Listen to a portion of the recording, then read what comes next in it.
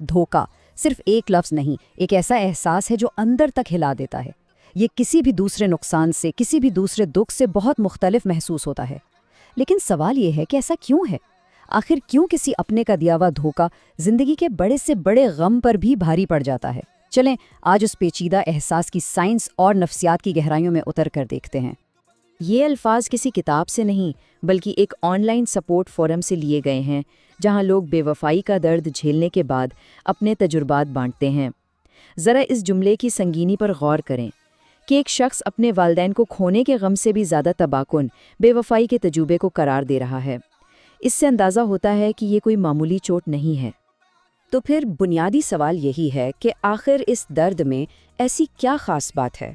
کیوں ایک انسان کا جان بوجھ کر دیا گیا دھوکا موت جیسے ایک قدرتی اور اٹل نقصان سے بھی زیادہ تکلیف دیتا ہے؟ اس تجزیے میں ہم اسی سوال کا جواب کھوجنے کی کوشش کریں گے۔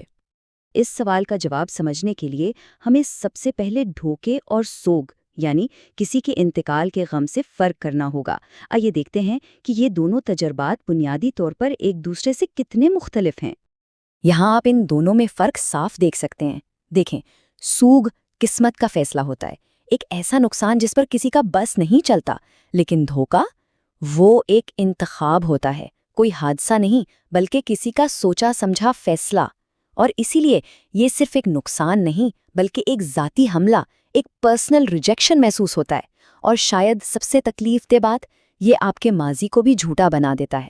ہر اچھی یاد، ہر حسین لمحے پر ایک سوالیہ نشان لگ جاتا ہے، اور انسان سوچنے پر مجبور ہو جاتا ہے کہ کیا اس رشتے میں کچھ بھی سچ تھا؟